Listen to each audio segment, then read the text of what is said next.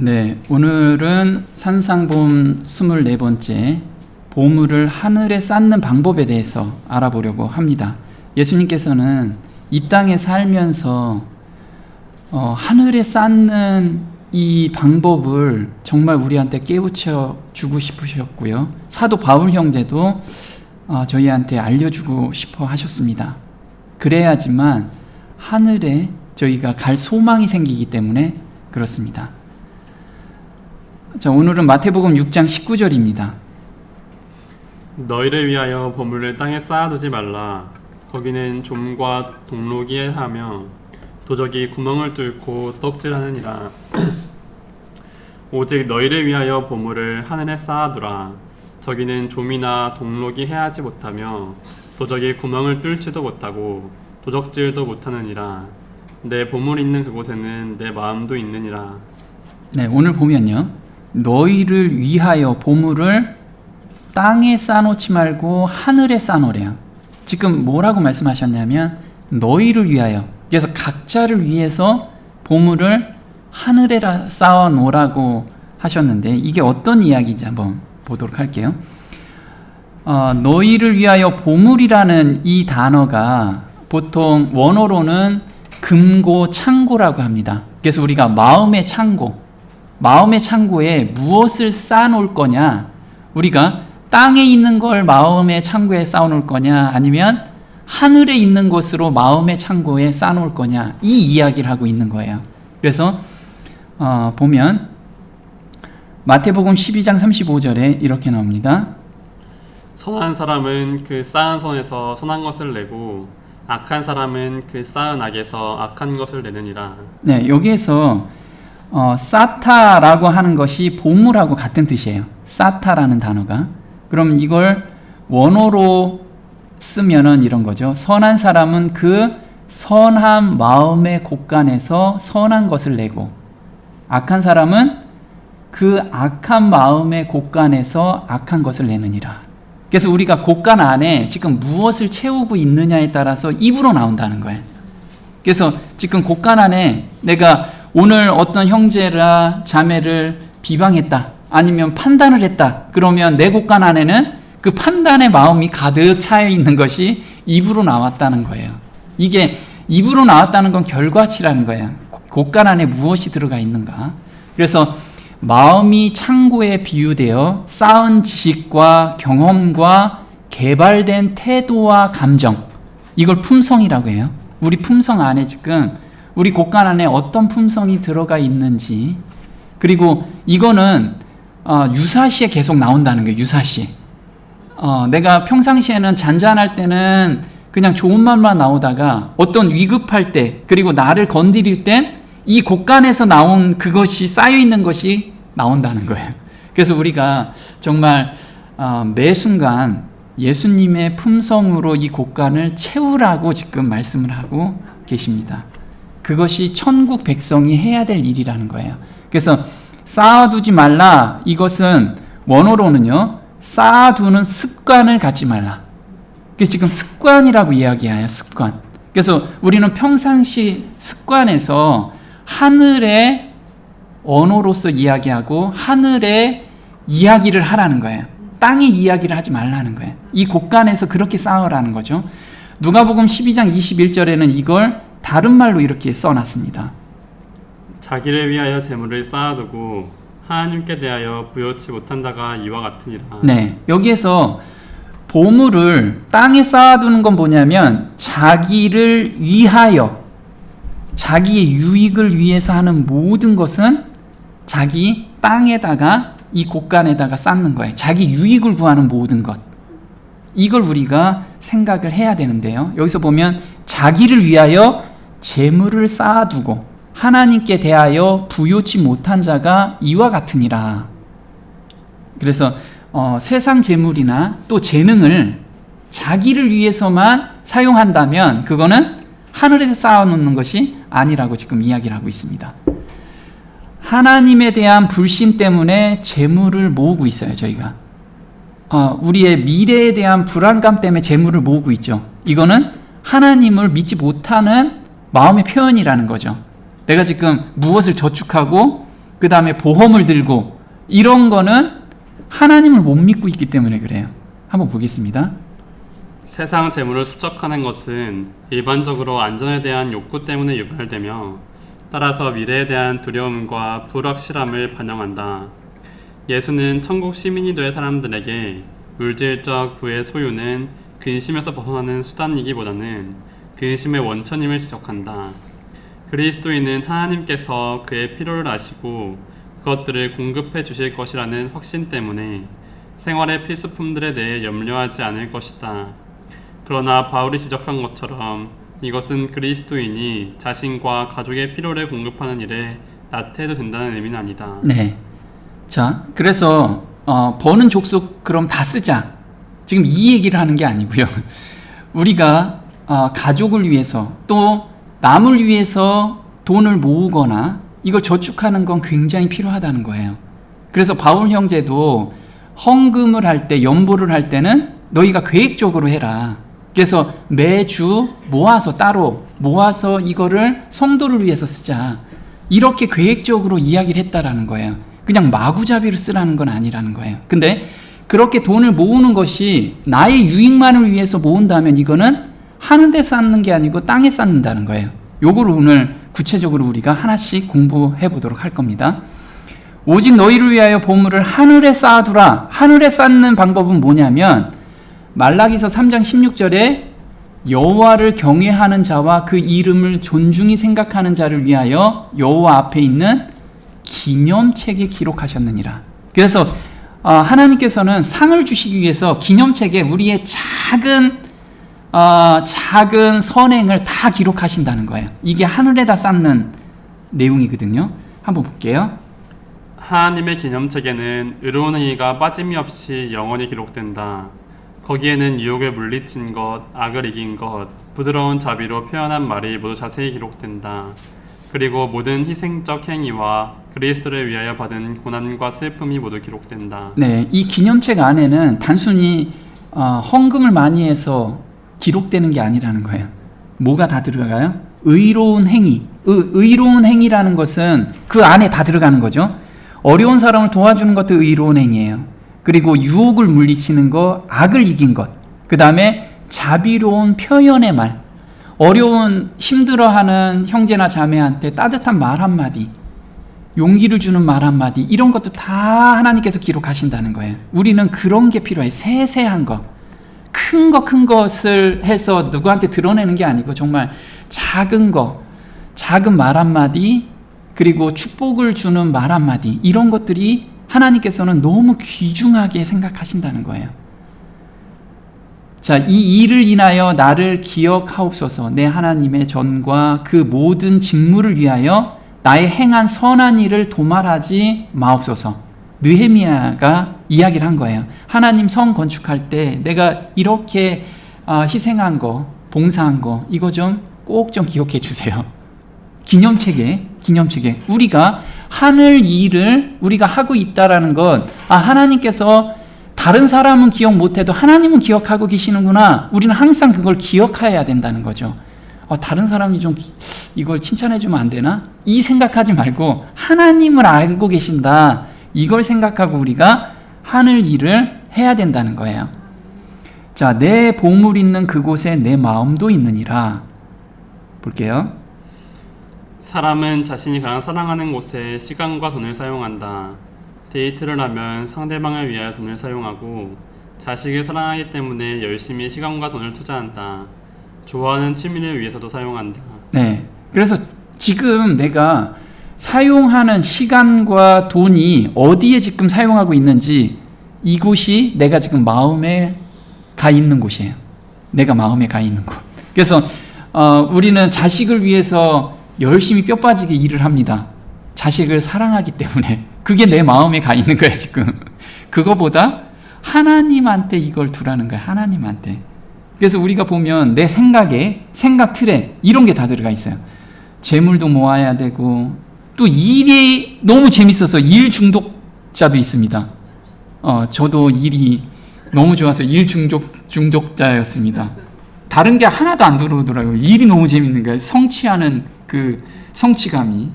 그게 다 명예도 있고 탐욕도 있고 이런 게 다 우리한테 들어와 있는데 정말 우리는 어떤 것을 더 생각해야 되느냐? 지금 내 상태를 한번 생각해 봐야 된다는 거예요. 내 머리 안에 먹고 사는 거가 꽉 들어찼느냐, 아니면 어떤 성도에 대한 미움이 꽉 차 있느냐, 이게 지금 내 상태를 의미해 주는데 정말 내 머릿속에 성경과 영생과 예수님과 헌신과 봉사와 이런 것들이 정말 계속 차 있다면 이게 내가 지금 어디에 마음이 가 있고 내 보물이 어디에 가 있는지를 알 수 있다라는 거예요. 골로새서 3장 1절에 이렇게 나옵니다. 너희가 그리스도와 함께 다시 살리심을 받았으면 위의 것을 찾으라. 거기는 그리스도께서 하나님 우편에 앉아 계시느니라. 위의 것을 생각하고 땅의 것을 생각지 말라. 네, 여기서 보면 위의 것을 찾으래요. 찾으라라는 뜻은 뭐냐면 매 순간 습관적이고 지속적인 노력을 하라. 이게 현재 명령형이에요. 단순하게 위의 것을 한번 찾아봐. 이 삶을 살면서 이렇게 말씀하신 게 아니고요. 매 순간 위의 것을 찾아라. 그래서 내가 지금 땅의 것에서 어떤 이야기를, 어떤 생각을 계속 가지고 있다면 그거 버리고 위의 것을 계속 찾도록 노력하라는 거예요. 노력해. 우리는 근데 노력 안 하잖아요. 많이. 노력하라는 거예요. 그러면 그 생각이 나를 지배하게 된다는 거예요. 자, 그러면 위의 것이 뭐냐면 골로새서 3장 12절에 위의 것에 대해서 우리한테 이야기를 해주고 있습니다. 볼게요. 하나님의 택하신 거룩하고 사랑하신 자처럼 긍휼과 자비와 겸손과 온유와 오래 참음을 옷 입고 누가 네게 혐의가 있거든 서로 용납하여 피차 용서하되 주께서 너희를 용서하신 것과 같이 너희도 그리하고 이 모든 것 위에 사랑을 더하라. 네, 위의 것이 무엇이냐면 긍휼과 자비와 겸손과 온유와 오래 참음. 자, 이게 우리한테는 불가능하잖아요. 근데 우리는 예수님의 의를 받으면 이게 안에 다 들어가 있는 거예요. 사실 우리는 나로서는 불가능하지만 이 씨가 이걸 다 잘하게 한다는 거예요. 우리가. 그래서 불가능한 일을 우리한테 말씀하신 게 아니에요. 우리 안에 씨가 이걸 다 행하게 해줄 수 있다라는 거예요. 우리가 순종만 하면. 근데 여기서 뭐가 있냐면 주께서 너희를 용서하신 것 같이 너희도 그리하래요. 이게 위의 것이야. 그럼 내가 용서 못할 게 없잖아요. 예수님께서는 용서를 어디까지 해주신 거예요? 자기가 죽기까지 용서를 해주셨어요. 우리도 그걸 생각하라는 거예요. 그게 위의 것이라는 거예요. 내가 지금 만약 형제 자매한테 어떤 문제가 있다라고 하면 이 마음을 달라고 우리가 계속 하나님께 부르짖어야 돼요. 이 마음을 달라고. 자, 그럼 땅의 것이 무엇인지 볼게요. 땅의 것. 골로새서 3장 5절엔 땅의 것도 이야기했어요. 볼게요. 그러므로 땅에 있는 지체를 죽이라. 곧 음란과 부정과 사욕과 악한 정욕과 탐심이니 탐심은 우상 숭배니라. 네, 이 땅의 것을, 위의 것과 땅의 것을 정확하게 구분해 준 거는 우리가 이걸 매번 묵상하고 위의 것을 간구하라는 거예요. 계속 찾고 그 다음에 지속적으로 노력하라는 거죠. 생각하라는 게 계속. 그리고 땅의 것은 땅에 있는 지체를 죽이라. 그래서 우리가 우리 거듭나기 전에 그 육체, 죄로 기울어지는 그 육체에서 올라오는 모든 것을 죽이라는 거예요. 그게 땅의 것이라는 게 땅의 것. 그래서 음란과 부전과 사욕과 악한 정욕과 탐심, 이 탐심까지 다 십자가에 못 박으라는 거죠. 예수님께 계속 드리라는 거예요. 자, 위의 것을 생각하라. 이건 어떤 거냐면 세월을 아끼라는 거예요. 그래서 에베소서 5장 16절에는 세월을 아끼라. 때가 악하니라. 그러므로 어리석은 자가 되지 말고 오직 주의 뜻이 무엇인가 이해하라. 자, 세월을 아끼는 게 주의 뜻이 무엇인가를 우리가 이해하는 것이 세월을 아끼는 거라는 거예요. 그럼 내가 지금 생각하는 게, 내가 어떤 행동을 하는 것이 이게 주의 뜻인가? 이게 하나님의 뜻인가? 이걸 항상 생각해야 돼요. 내가 지금 하는 행동이 이게 예수님의 마음인가? 이걸 생각해 보면 세월을 아낄 수가 있다라는 거예요. 그 일을 안 하기 때문에. 그래서 술 취하지 말라. 이는 방탕한 것이니 오직 성령의 충만을 받으라. 그래서 성령의 충만을 받으면 세월을 아낄 수가 있다라는 거예요. 그럼 세월을 아끼다라는 거 제가 항상 얘기하는 카이로스라고 해요. 원어로. 이게 redeeming the time 해가지고 시간을 되찾다라는 거예요. 우리가 시간을 되돌릴 수 있나요? 불가능하죠. 자, 우리는 그냥 처음 태어나서 죽을 때까지 시간이 쭉 흘러가요. 이걸 크로노스의 세계라고 해요. 의미 없는 시간. 의미 없는 시간. 근데 카이로스 시간은 하나님을 만나는 시간이에요. 하나님을 생각하고 하나님의 일을 하고 또 어떤 내가 할 수 없는 모든 것에서 하나님께 새 마음을 받을 때 이때가 카이로스의 시간으로 우리가 들어가는 거예요. 이 시간은 1000년이 하루 같고 하루가 1000년 같은. 그래서 1000년 동안에 일어날 일이 순간에 일어나는 거예요. 그게 하나님의 역사라는 거예요. 그래서 하나님의 그 역사를 우리가 경험할 때 세월을 아끼게 된다는 거예요. 이게 세월을 아끼라는 뜻이라는 거죠. 아, 내가 시간을 초처럼 재가지고 사용한다. 이게 세월을 아끼는 게 아니고 하나님을 만날 때 세월이 아껴지는 거예요. 의미 없는 시간에서 의미 있는 시간으로 바뀐다는 거예요. 그래서 지금 하나님의 시간으로 들어가는 거예요, 우리가. 이렇게 들어가야 돼. 그래서 시편 84편 10절에는 이렇게 나옵니다. 주의 성전에서 보내는 하루가 다른 곳에서 첫날을 지내는 것보다 낫습니다. 그러므로 내가 악인들의 집에 사는 것보다 내 하나님의 집에 문지기로 있는 것이 더 좋습니다. 네, 그래서 우리가 나이가 젊건 나이가 들건 의미가 없어요. 그건 어차피 다 똑같이 100년 이내는 다 잠들게 돼 있다 이거죠. 젊은 애나 늙은 사람이나 그건 의미가 없어요. 우리가 하나님을 만나나 오늘 하나님을 만나느냐 이것이 가장 중요하다는 거예요. 우리한테는 그것을 세월을 아끼라는 단어를 우리가 꼭 기억했으면 좋겠습니다. 땅의 보물과 하늘의 보물을 구분하는 방법이에요. 우리는 이 세상에 살면서 똑같은 돈을 가지고 있어요. 돈을 많이 가지고 있거나 적게 가지고 있을 뿐이라는 거예요. 근데 돈을 많고 적음이 중요한 게 아니고요. 똑같은 보물이지만 땅의 보물이 있고 하늘의 보물이 있어요. 땅의 보물이 있고 하늘의 보물이 어떻게 구분할 수 있는가? 같은 보물이라도 어떻게 사용하느냐에 따라서 이게 땅의 보물인지 하늘의 보물인지가 구분이 된다는 거예요. 자, 땅의 보물은 내가 돈을 쓸 때 썩어질 것에 돈을 쓸 때 땅의 보물이라는 거예요. 하늘의 보물은 썩지 않을 것에 이걸 투자하는 거예요. 또 자기 유익을 구하는 것은 썩는 보물이라는 거고 남의 유익을 구하는 것은 하늘의 보물이에요. 그리고 땅에 속한 것과 하늘에 속한 것에 우리가 돈을 쓸 때 그래서 같은 돈이어도 어떤 사람은 하늘의 보물을 계속 쌓는 돈이 있고 그렇지 않고 땅에 쌓는 보물이 있다라는 거예요. 자, 요한복음 6장 27절 한번 볼게요. 너희는 썩어 없어질 양식을 얻으려 애쓰지 말고 영원한 생명에 이르게 하는 양식을 얻으려 애써라. 이 양식은 인자가 너희에게 주려는 것이다. 아버지 하나님께서 이 목적을 이루기 위해 나를 보내셨다. 네, 우리한테 썩지 아니할 영원한 생명을 주시기 위해서 예수님께서 오셨다라고 지금 이야기를 하고 있어요. 그래서 영원한 생명에 이르는 양식, 이게 뭐죠? 바로 하나님을 보내신 자를 믿는 것이 하나님의 일이다. 그러면 예수님의 의를 받는 것이 영원한 생명에 이르는 양식이잖아요. 이걸 받는 일에 그리고 남들에게 이것을 나눠주는 일에 보물을 사용하면 이것은 하늘에 있는 보물이라는 거예요. 이 일에 우리가 돈을 사용하라는 거예요. 이 일에. 그래서 하늘에 보물을 쌓는 일은 무엇인가? 누가복음 12장 33절에 이렇게 나옵니다. 너희 소유를 팔아 구제하여 낡아지지 아니하는 주머니를 만들라. 곧 하늘에 둔 바다함이 없는 보물이니 거기는 도적도 가까이 하는 일이 없고 좀도 먹는 일이 없느니라.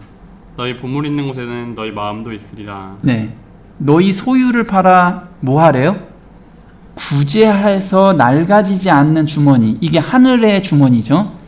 구제하는 일을 하래요, 우리한테. 자, 스가랴서 9장 16절은 이렇게 나옵니다. 이는 그들의 면류관의 보석들처럼 되어 그의 땅의 깃발처럼 들러 올려질 것임이라. 네. 자, 너희 소유를 팔아 구제하는 일인데 그 목적이 무엇이냐? 이 목적을 스가랴서 9장 16절에 이야기한 거예요. 그게 뭐예요? 이는 그들이 면류관의 보석들처럼 되었대요. 그들이 누굴까요? 네, 복음을 접한. 그래서 우리가 소유를 팔아 구제하는 목적은 뭐냐면 복음을 전하는 데 쓰라는 거예요. 그게 보물이라는 거예요. 그게 보물. 하늘에 쌓는 보물.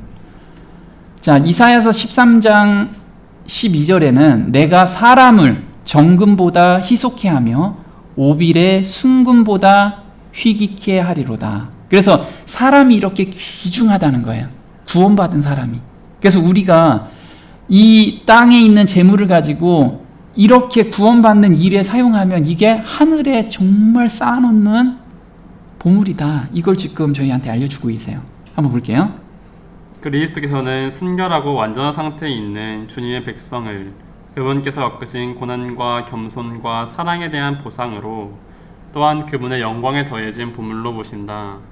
우리는 위대한 구속사업에 그분과 연합하고 그분의 죽음과 고난으로 얻은 부요함을 그분과 더불어 나누도록 허락받았다. 네, 예수님께서는 십자가에 못 박히시고 그 다음에 돌아가신 후에 부활한 그 공로, 그거에 대한 보상을 뭐로 받냐면 구원받는 사람들이 늘어나는 것을 보상으로 삼는다는 거예요. 그래서 영광에 더해진 보물로 우리가 보는데 사도 바울 형제는 이것을 데살로니가전서 2장에는 이렇게 이야기합니다. 우리의 소망이나 기쁨이나 자랑의 면류관이 무엇이냐? 그의 강림하실 때 우리 주 예수 앞에 너희가 아니냐? 너희는 우리의 영광이요 기쁨이니라. 네, 사도 바울은 그래서 우리의 소망이나 기쁨이나 자랑의 면류관이 무엇이냐면 복음 전에서 이 자리에 있는 그 생명을 얻은 사람들, 그 사람들이 나의 자랑이요 기쁨이요 면류관이라고 지금 이야기를 하고 있는 거예요.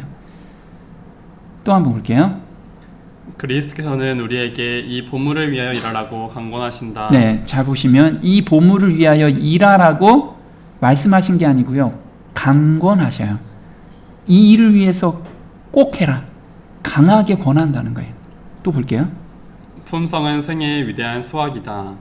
그리스도의 은혜로 말미암아 누군가의 마음이 감동을 받아 하늘로 향하게 하는 모든 말과 행동, 그리고 그리스도와 같은 품성을 형성하게 하는 모든 노력이야말로 하늘의 보물을 쌓는 것이다. 네, 그래서 우리가 정말 매 순간 우리 작은 것이라도 정말 예수님의 품성을 우리가 나타내는 것, 이게 하늘에 쌓아놓는 보물을 하나씩 쌓아놓는 거예요. 하나님은 그걸 한 톨도 떨어뜨리지 않으신다는 거예요. 다 기록해서 우리한테 나중에 정말 상급을 주기 위해서. 내 보물이 있는 그곳에 내 마음도 있느니라. 볼게요. 보물이 있는 곳에 마음도 있게 될 것이다. 다른 사람들을 이롭게 하기 위한 모든 노력을 통해 우리는 스스로 유익을 얻는다. 복음을 전하는데 금전과 시간을 바치는 사람은 그 사역을 위하여 또한 이를 통하여 접촉하게 될 영혼들을 위하여 관심을 기울이고 기도하게 된다. 그의 애정이 다른 사람들에게로 향하게 된다. 그리고 타인에게 최선을 다해 선행을 할 수 있도록 하나님께 더 헌신하게 된다. 네, 이게 정말 우리한테 축복이에요. 그러니까 예전에 저는 내 구원에 대해서 굉장히 너무 집중을 하다 보니까 남의 구원은 그렇게 크게 관심이 없었던 거죠. 그런데 요즘은 남의 구원에 대해서 그리고 상담하면서 오히려 저한테 너무 축복을 주시는 거예요. 그 사람을 위해서 기도하면서 이런 마음이 생깁니다. 더 헌신하게 된다라는 뜻은 뭐냐면 저한테 전화가 오시는 분들도 있고 그 다음에 제가 직접 가서 상담하는 사람들도 있어요. 그런 구도자를 접할 때마다 제 자신이 할 수 있는 것은 아무것도 없음을 항상 제가 절감하게 돼요. 내가 이 사람을 위해서 이 성경 구절을 내가 외우거나 아니면 적어서 가는 게 아니고 정말 그분 이야기를 충분히 듣고 하면은 하나님께서 어떤 말씀을 저한테 계속 주세요. 그런데 그래서 만나기 전날에는 밤이 늦도록 기도를 합니다, 전. 왜냐하면 제가 아직 풀지 못한 무엇인가가 내 마음에 있거나 또는 죄된 마음, 아직 헌신으로 드리지 않은 제 죄된 마음이 있으면 하나님의 역사가 저를 통하여 갈 때 방해가 되는 요소가 있는지 없는지 제가 항상 기도를 합니다. 그러면서 생각나는 거는 그때그때 내가 다 드리게 됐어요. 그러니까 남을 위한 게 아니고 오히려 그게 나를 위한 게 된 거예요. 그래서 우리는 정말 신앙에서 뿌리를 박히게 된다는 건 남을 복음을 전하려고 마음을 먹을 때 그때 정말 내 신앙이 더 공고하게 쓴다는 거예요. 그래서 신령한 너희는 내 자신을 돌아보아 너도 시험을 받을까 두려워하라. 그래서 신령한 너희는 그래서 내가 신령한가? 이 뜻이 아니고요. 신령하다는 뜻은 뭐냐면 성령의 인도하심을 따라 사는 너희는 이 뜻이에요. 그래서 성령의 인도하심을 따라 사는 너희는 내 자신을 돌아보아.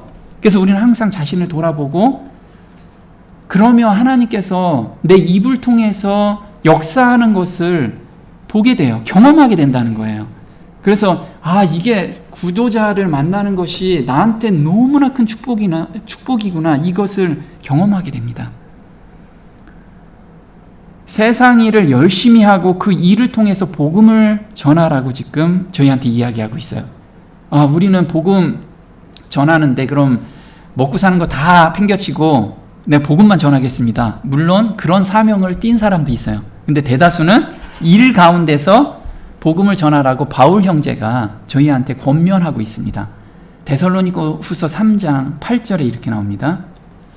누구에게서든지 양식을 값없이 먹지 않고 오직 수고하고 애써 주야로 일함은 너희 아무에게도 누를 끼치지 아니하려 함이니 너희에게 명하기를 누구든지 일하기 싫어하거든 먹지도 말게 하라 하였더니 우리가 들은즉 너희 가운데 규모 없이 행하여 도무지 일하지 아니하고 일만 만드는 자들이 있다 하니 이런 자들에게 우리가 명하고 주 예수 그리스도 안에서 권하기를 종용이 일하여 자기 양식을 먹으라 하노라. 네, 이때 데살로니가에 바울 형제가 예수님이 곧 재림하십니다 라는 기별을 전했어요. 그러니까 여기에 있는 성도들 중에 일부 성도들이 예수님 오시는데 우리 그러면 직장도 그만두고 우리 복음 전하는데 또는 우리 그 품성 다지는데 우리 올인합시다. 이렇게 이야기를 한 거예요. 그런데 예수님은 그 재림을 안 하셨잖아요. 그러니까 거기 일 그만두니까 먹고 사는 게 없는 거야. 그래서 자기 친척들한테 가서 꺼달라고 돈 좀. 이렇게 이야기하거나 또 형제 자매들한테 그 짐을, 먹고 사는 것의 짐을 넘기는 그런 사람들이 있다라는 거예요. 그래서 규모 없이 행하여 도무지 일하지 아니하고 일만 만드는 자들이 있다. 이러지 마라. 지금 그걸 권면하고 있어요. 그래서 재림이 임박했다는 생각을 가진 자들은 생계를 유지하기 위해 일하는 다른 사람들에게도 일하지 말고 재림을 준비하라고 설득하고 다녔다. 이때 설득하고 다녔다라는 거예요. 그래서 우리가 돈을 버는 것은 빈궁한 자에게 구제할 것이 있기 위하여 제 손으로 수고하여 선한 일을 하라. 그래서 내 먹고 사는 거 그것도 좋고 근데 빈궁한 자들을 구제하기 위해서 일을 하라는 거예요. 일을. 한번 볼게요. 각 시대를 통하여 사단은 교회 중에 광신의 정신을 도입함으로 하나님의 종들의 노력을 해하고자 하였다. 바울의 시대에도 그러하였고 여러 세기 후인 종교개혁 시대에도 그러하였다. 열심히 과도하고 균형 잡히지 아니하고 성화되지 않은 사람들의 마음을 광신으로 인도하고자 하는 원수의 관계에 직면하였다. 잘못 인도함을 받은 자들은 참된 성화에 도달은 마음을 모든 세속적 생각에서 초월하게 하고 사람들을 노동에서 완전히 떠나게 하는 것이라고 가르쳤다. 자신이나 그들의 가족들의 현세적 행복에 관하여 생각하지 말고 그들의 생애를 전적으로 영적 삶을 헌신해야 하므로 일하는 것은 죄라고 가르쳤다. 네, 이때가 바울 형제뿐만 아니고 매 시대별로 이런 정신들을 도입했다라는 거예요. 균형 잡히지 못하는 사상들을 가지고 있었다라는 거죠. 근데 신앙은 균형 잡혀야 된다는 거예요. 우리가 이 땅에서 빠져나와서 신앙생활을 하는 게 아니고 이 땅에서 우리가 신앙생활을 하고 있다라는 거예요. 그리고 너희는 세상의 소금이라고 얘기했는데 소금은 따로 떨어져 있어서 소금의 역할을 못한다는 거죠. 우리가 김장을 해도 배추 안에 소금이 들어가야지만 절여진다는 거예요. 그래서 우리가 따로 떨어져서 사는 것이 아니라는 거예요. 물론 영성을 위해서는 필요한 기간이 있을 수 있다라는 거예요. 그런데 계속 그렇게 하지 말라라는 거예요. 자, 바울 형제가 세상 일을 열심히 한 두 가지가 있었어요. 바울 형제도 날밤을 새면서 일을 했어요. 왜 그랬냐면 납기를 맞춰야 되기 때문에 그랬어요. 한번 볼게요. 바울이 이처럼 말씀을 전파하는 일을 직공이 하나님과 결부시켜야 하는가? 왜 그는 모든 상황에 보다 더 이익이 될 수 있는 시간을 장막을 만드는 데 사용해야 하는가? 크신 교사와의 접촉을 유지하고 구주를 위하여 증거하고 도움이 요구되는 사람들을 돕는 기회를 잃지 아니하였다. 그는 동역자들에게 영적 사물에 대한 교훈을 주었고 또한 금명과 안전에 대한 모범을 보였다. 그는 미나라고 재주 있는 일꾼이었고 사업에 근면하고 열심을 품고 주를 섬기었다. 네, 바울 형제는 사람들이 그런 얘기를 한 거예요. 아니, 일하지 마시고 그냥 전도에만 전념하세요. 그게 더 큰 이익이지 않습니까? 이런 이야기를 한 거예요. 근데 바울 형제는 그게 무슨 얘기냐? 우리는 삶에서 복음을 전하는 거다. 삶을 통해서. 그래서 본인이 삶을 통해서 보여준 것은 뭐냐 하면 그의 동역자들, 바울 형제는 동역자들이 굉장히 많았어요. 브리스길라와 아굴라, 그런 형제들하고도 같이 일을 했죠. 근데 그 형제들한테 영적 사물에 대한 교훈을 주었고 또한 근면과 안전에 대한 모범도 보여줬어요. 그리고 하나님 일하는 사람이 재주도 좋았어요. 열심히 하라는 거죠. 그 일에서 모범을 보이기 위한 거. 또 한 가지는 뭐냐면 사도는 그의 사업에 종사할 때 달리 접촉할 수 없었던 한 계급의 사람들과 접촉하였다. 그는 동료들에게 평범한 기술인 그 기술도 하나님의 선물의 일종이며 하나님께서는 선물과 그것을 빠르게 사용하는 지혜를 모두 제공해 주신다는 것을 보여주었다. 그는 매일의 노동에서까지라도 하나님께서는 영광을 받으셔야 함을 가르쳤다.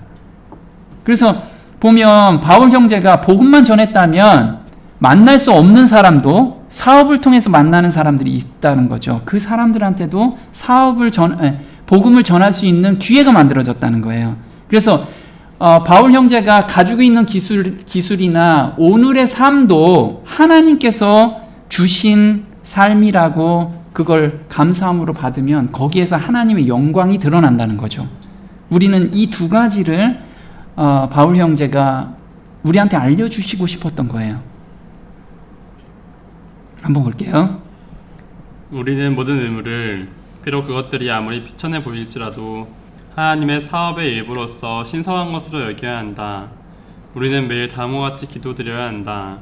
주님, 나를 도와주셔서 최선을 다하게 해주십시오. 일을 더욱 잘하는 방법을 내게 가르쳐 주소서. 나에게 힘과 기쁨을 주십시오. 나를 도와주셔서 나의 봉사가 주님을 즐거운 마음으로 섬기는 일이 되게 해 주십시오. 네, 이게 선진 성도가 기도한 내용이에요. 우리는 매일 다음과 같이 기도드려야 한다. 주님, 나를 도와주셔서 최선을 다하게 해 주십시오. 자기의 맡은 일에서. 그래야지만 거기에서 예수님의 품성이 드러나기 때문에. 그래서 내 주변에 있는 사람들이 그걸 보고 교회 믿는 사람, 예수님을 믿는 사람은 정말 저렇게 되는구나. 이걸 보여주기 위해서 이 일을 더욱 잘하는 방법을 내게 가르쳐 주소서. 일하는 방법도 그냥 시키니까 억지로 하는 게 아니고 정말 잘하게 빠른 시간에 할 수 있게끔 그런 지혜를 달라고 매달리라는 거예요. 나에게 힘과 기쁨을 주십시오. 그래서 그런 일에서 항상 기쁜 마음으로 일하게 해주시면 주변의 사람들이 예수님을 믿게 된다는 거예요. 그리고 그 작은 일도 이게 예수님의 일이다. 하나님의 일이라고 생각하고 하라는 거죠. 이런 마음을 저한테 주십사 하고 매일 기도하라는 거예요. 자, 내가 돌아오기까지 장사하래요. 지금 예수님이 오실 때까지 장사하라고 지금 말씀을 하시는데 누가복음 19장 13절입니다.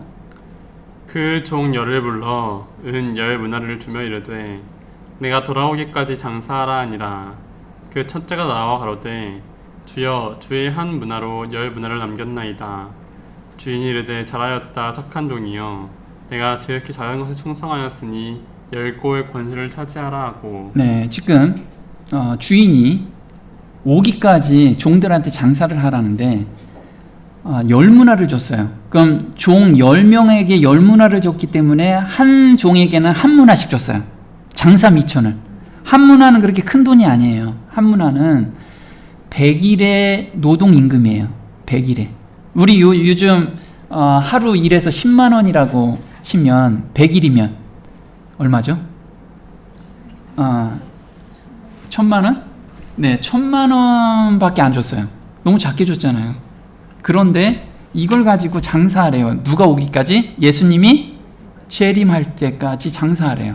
그냥 여기서 뭐라고 얘기하냐면 너희 품성을 다지기 위해서 산에 좀 들어가서 내가 올 때까지 좀 이거 자본금으로 그냥 써라. 이렇게 하신 게 아니고요. 장사하면서 내가 올 때까지 기다리라는 거예요. 장사하면서. 그래서 이 장사한다라는 뜻이 뭐냐면 인자에 온 것은 잃어버린 자를 찾아 구원하려 함이니라. 그래서 구원의 일을 하라는 거예요. 복음을 전하는 일에 예수님이 오실 때까지 장사하라는 거예요. 자, 누가복음 16장 9절에 이렇게 나옵니다. 내가 너희에게 말하노니 불의의 제물로 친구를 사귀라. 그리하면 없어질 때 저희가 영원한 처소로 너희를 영접하리라. 네, 여기서 불의의 제물은 세상 제물을 가지고 복음을 전하라. 친구를 사귀라는 게 세상 제물을 가지고. 자, 가난한 자를 불쌍히 여기는 것은 여호와께 구워 드리는 것이니 그의 선행을 그에게 갚아주시리라.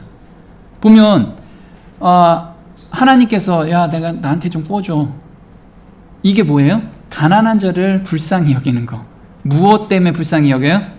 이 사람한테 복음을 전해야겠구나. 이 마음을 가지고 우리가 돈을 쓰고 시간을 쓰면 그걸 하나님께 꾸이는 거라는 거예요. 하나님께 꿔주는 거래요. 꿔주면 우리 이자도 다 받잖아요. 예, 하나님께서 이자까지 쳐주신다는 거예요. 이게 하나님께서 얼마나 우리를 통해서 일하고 싶으셨으면 이렇게 말을 하고 계시는 거죠. 그래서 일상에서 복음을 전하고 재림을 준비하라는 거죠. 볼게요. 홍수가 나서 저희를 다 멸하기까지 깨닫지 못하였으니 인자의 맘도 이와 같으리라. 그때 두 사람이 밭에 있음에 하나를 데려감을 당하고 하나는 버려둠을 당할 것이요 두 여자가 매를 갈고 있음에 하나는 데려감을 당하고 하나는 버려둠을 당할 것이니라. 충성되고 지혜 있는 종이 되어 주인에게 그 집 사람들을 맡아 때를 따라 양식을 나눠줄 자가 누구뇨. 네, 지금 보면 이게 비밀 휴거에 대한 이야기는 아니에요. 우리가 잘못 착각해서 예전에 저는 이걸 비밀 휴거로서 해석을 했어요. 근데 이게 재림 때의 일이라는 거예요. 재림 때. 그러면 예수님께서 재림하실 때 산에 도망가 있는 사람이 없어요. 다 평상시 일, 밭에 있음에 매를 갈매. 이게 그냥 우리 일상생활에서 일어나는 일들이잖아요. 이때 우리가 재림을 맞이할 수 있다는 거예요. 주어진 일에서 하나님의 함께 하심이 나타난 게 바로 요셉이었습니다. 자, 요셉이 어떻게 했는지 볼게요. 창세기 39장 2절에 이렇게 나와요. 여호와께서 요셉과 함께 하심으로 그가 형통한 자가 되어 그 주인 애굽 사람의 집에 있으니 그 주인이 여호와께서 그와 함께 하심을 보며 또 여호와께서 그의 범사에 형통케 하심을 보았더라. 자, 요셉은 지금 자기가 평상시 삶을 통해서 그 주인이 어떻게 봤냐면 여호와께서 그와 함께 하심을 보며 삶에서 저 친구는 완전히 하나님이 함께하는 친구야. 이걸 알게 된 거예요. 이걸 우리가 보여줘야 돼요. 그래서 이렇게 함께한 것을 보여준 거죠. 창세기 39장 9절입니다. 이 세상 사람들이 지상에서 그분의 신실한 종들에게서 나타나는 부지런함, 돌보는 마음, 그리고 능력에 매료됨으로써 그분에 대하여 배우는 것이 하나님의 계획이다. 네, 여기서 하나님의 계획이 있어요. 그게 뭐예요? 세상 사람들이 지상에서 그분의 신실한 종들, 거듭난 사람들, 그리고 지금 하나님을 섬기고 순종하는, 성령에 순종하는 사람들한테는 부지런함, 돌보는 마음, 그리고 능력에 매료됨으로 그분에 대하여 배우는 것이 하나님의 계획이다. 우리를 통해서 배우는 것이 하나님의 계획이시라는 거예요. 또 볼게요. 성공은 나태하고 게으르고 원칙 없이 사는 사람들에게는 좀처럼 찾아오지 않는다. 요셉은 여호와가 자기를 주목하고 계신다는 것을 의식하고 있었다. 내가 어찌 큰 악을 행하여 하나님께 득죄하리까. 네, 그래서 요셉이 이렇게 살 수 있었던 것은 남의 눈을 본 게 아니고 하나님이 나하고 항상 함께 계시구나, 하나님이 나를 항상 주관하고 계시구나, 이것을 항상 생각하면서 산 거예요. 그래서 요셉은 이렇게 삶을 훈련을 받고 나서 그 다음에 다음 단계로 하나님께서 인도하셨죠. 이 인도하심, 우리가 이걸 바라야 돼요. 그냥 왜 인도 안 해주세요가 아니고 우리의 할 일을 하고 있으면 하나님께서 그 다음 단계로 우리를 인도하신다는 거예요. 볼게요. 주님은 그대에게 영적 사물에 대한 것뿐 아니라 세속적 사물에 대해서도 총명을 주시고자 하신다. 그는 지력을 예민하게 하실 수 있으며 재치와 재주를 주실 수 있으시다. 그대 재능을 주의 사업에 바치고 하나님께 지혜를 구하라. 그리하면 그것을 얻을 수 있을 것이다. 네, 그래서 지금 우리가 영적 사물에 대한 것뿐만 아니라 세속적 사물에 대해서도 총명을 주신다는 거예요. 우리는 하나님의 이 총명함을 간구해야 된다는 거죠. 자, 다니엘도 똑같았어요. 다니엘은 다니엘서 4장 8절에 이렇게 나옵니다. 그 후에 다니엘이 내 앞에 들어왔으니 그의 안에는 거룩한 신들의 영이 있는 자라. 내가 그에게 꿈을 고하여 가로되 내 안에는 거룩한 신들의 영이 있은즉 아무 은밀한 것이라도 내게는 어려울 것이 없는 줄을 내가 아노니 내 꿈에 본 이상의 해석을 내게 구하라. 네, 지금 느부갓네살 왕이 다니엘을 보면서 그의 안에는 거룩한 신들의 영이 있는 자라. 그러니까 지금 우리 선진들을 보면 하나님이 함께 한다는 것을 주변에서 다 보게 된 거예요. 그래서 느부갓네살은 뭐라고 얘기하냐면 하늘의 왕을 찬양하며 칭송하며 존경하노니 그의 일이 다 진실하고 그의 행하심이 의로우심으로 무릇 교만하게 행하는 자를 그가 능히 낮추심이니라 해서 느부갓네살의 왕이 회심하게 된 거예요. 다니엘을 보고 한번 볼게요. 다니엘의 생애에 하나님께 영광을 돌리는 것이 그 동기 중에 가장 강한 동기였다. 느부갓네살 왕은 다니엘 앞에서 하나님의 이름에 영광을 돌렸고 마지막에는 완전히 결심하였으며 하늘의 왕께 감사와 찬송과 영광을 돌리는 법을 배웠다. 네, 그래서 다니엘을 통해서 정말 세계를 지배하는 왕이 결심하게 된 거예요. 이걸 하나님을 놓고 성경으로 가르친 게 아니고요, 삶에서 보여준 거라는 거죠. 근데 하나님께서는 하나님의 계획에 맞춰서 우리 마지막 때도 우리 백성들을 인도하시잖아요. 하나님 왜 인도 안 해주세요가 아니고 오늘에 충실하시면 하나님께서 때가 될 때 다음 단계로 우리를 인도해 가신다는 거예요. 그래서 지금 여호와의 유월절처럼 매일을 살라는 거예요. 여호와의 유월절처럼. 한번 볼게요. 너희 어린 양은 흠없고 1년 된 수컷으로 하되 양이나 염소 중에서 취하고 그 피로 양을 먹을 집 문 좌우 설주와 인방에 바르고 그 밤에 그 고기를 불에 구워 무교병과 쓴 나물과 아울러 먹되 너희는 그것을 이렇게 먹을지니 허리에 띠를 띠고 발에 신을 신고 손에 지팡이를 잡고 급히 먹으라. 이것이 여호와의 유월절이니라. 네, 여호와의 유월절은 뭐냐면 우리가 예수님을 매일 십자가에 못 박아요. 우리 죄를 계속 드리니까. 드리는 이유가 뭐냐? 어디에서 나오기 위해서? 애굽에서 나오기 위해서. 애굽에서 나올 때 어떻게 나오래요? 그걸 먹고 있는데 허리에 띠를 띠고 발에 신을 신고 손에 지팡이를 잡고 급히 먹으래요. 그래서 우리는 언제든지 떠날 준비를 하고 있으라는 거예요. 언제든지 떠날 준비를. 그래서 한번 볼게요. 그분은 이 기사 가운데서 그들이 죄로부터의 구원의 약속을 발견하기를 원하셨다. 죽임을 당한 어린 양의 피가 이스라엘 백성의 집들을 보호하는 것처럼 그리스도의 피는 그들의 영적 생명을 구원할 것이었다. 그러나 그들이 믿음으로 예수의 생명을 그들 자신의 것으로 삼을 때에만 그리스도를 통하여 구원 얻을 수 있었다. 하나님께서는 그들이 그리스도의 사명에 대하여 기도하는 마음으로 연구하고 몽상하도록 이끌려지기를 원하셨다. 네, 지금 애굽에서 나올 수 있는 그런 방법은 양을 죽이는 거잖아요. 그리고 문설주에 바르는 거. 우리가 정말 하나님의 그 다음 인도를 받기 위해서 지금 해야 할 일은 나한테 주어진 거, 지금 나한테 오는 어려움과 시험을 예수님께 온전히 맡기는 그 훈련을 받고 있어야 그 다음 단계를 하나님께서 허락하신다는 거예요. 그래서 보면 양을 죽이는데 우리가 양을 손에 창을 들고 양을 찌르는 거, 이게 의의 경험을 하라는 거잖아요. 마찬가지라는 거예요. 우리가 그래서 이 의의 경험을 하게 되면 하나님께서 때에 맞춰서 그 다음 단계를 우리한테 인도하신다는 거예요. 그래서 요즘 이제 마지막 때라고 우리가 항상 생각을 하고 있어요. 마지막 때라. 그래서 하나님, 그럼 저희는 어떻게 해야 되나요? 지금 마태복음 24장에는 이렇게 마지막 때 이야기를 하고 있는데 길을 보여주세요. 이걸 우리가 기도를 해야 돼요. 한번 볼게요. 그러므로 너희가 선지자 다니엘의 말한 바 멸망에 가증한 것이 거룩한 곳에 쓴 것을 보거든 잃는 자는 깨달을진저 그때 유대에 있는 자들을 산으로 도망할지어다. 지붕 위에 있는 자는 집 안에 있는 물건을 가질러 내려가지 말며 밭에 있는 자는 겉옷을 가질러 뒤로 돌이키지 말지어다.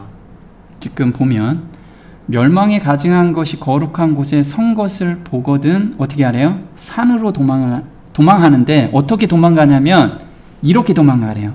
허리에 띠를 띠고 신을 신고 손에 지팡이를 잡고 급히 먹으래요. 똑같은 얘기를 하고 있어요. 지붕 위에 있는 자는 집 안에 있는 물건을 가질러 내려가지 말며 밭에 있는 자는 겉옷을 가질러 뒤로 돌아가지 말지리야. 이거는 뭐냐면 매일의 삶 속에서 내가 세상에 지금 매여 있는 것들이 훈련을 돼 있는 사람은 이거 충분히 가잖아요. 훈련이 안 돼 있으면 어딜 가나 못 벗어난다는 거예요. 어딜 가나. 그래서 우리가 지금 산으로 가는 거, 우리 시골 내려가는 거 굉장히 중요하죠. 하나님께서 인도하세요. 각자가 기도해야 되는 영역이라는 게, 이 영역이 억지로 되는 게 아니에요. 억지로. 그래서 하나님께서 정말 이렇게 훈련이 돼 있으면 그 다음 단계는 하나님께서 반드시 인도해 주신다는 걸 우리가 믿고 정말 기도해야 되는 그런 시점인 것 같아요. 우리가. 자, 한번 볼게요. 마지막 때 세상의 재물이 소멸될 그날 하늘의 보물을 쌓아둔 사람은 그의 인생에 걸쳐 얻은 것을 바라보게 될 것이다. 지금까지 그리스도의 말씀에 유의했다면 크고 흰 보좌 주위에 모일 때 우리는 하나님을 대신하여 행한 활동으로 구원받게 된 영혼들을 보게 될 것이다. 한 사람이 다른 사람을 구원했고 그들은 또다시 다른 이들을 구원했음을 알게 될 것이다.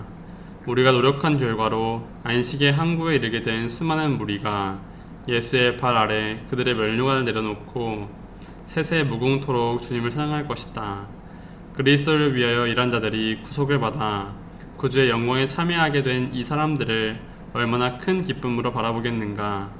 영혼을 구원하는 사업에 신실했던 자들에게 하늘은 얼마나 귀중할 것인가. 네, 그래서 우리가 올라가게 되면, 하늘에 정말 올라가게 되면 우리가 봉사하고 또 우리가 희생하고 아니면 성령의 의지에서 어떤 일을 행함으로 구원 얻은 영혼들이 이게 우리한테 면류관이 될 거고, 그때는 아무것도 가져가지 못하지만 우리 품성과 이 영혼들은 우리가 보게 될 거라는 거죠. 이 가치 있는 일에 오늘을 우리가 투자해야 된다는 거예요. 그런 성도들이 됐으면 좋겠습니다. 네, 오늘 여기까지 하겠습니다.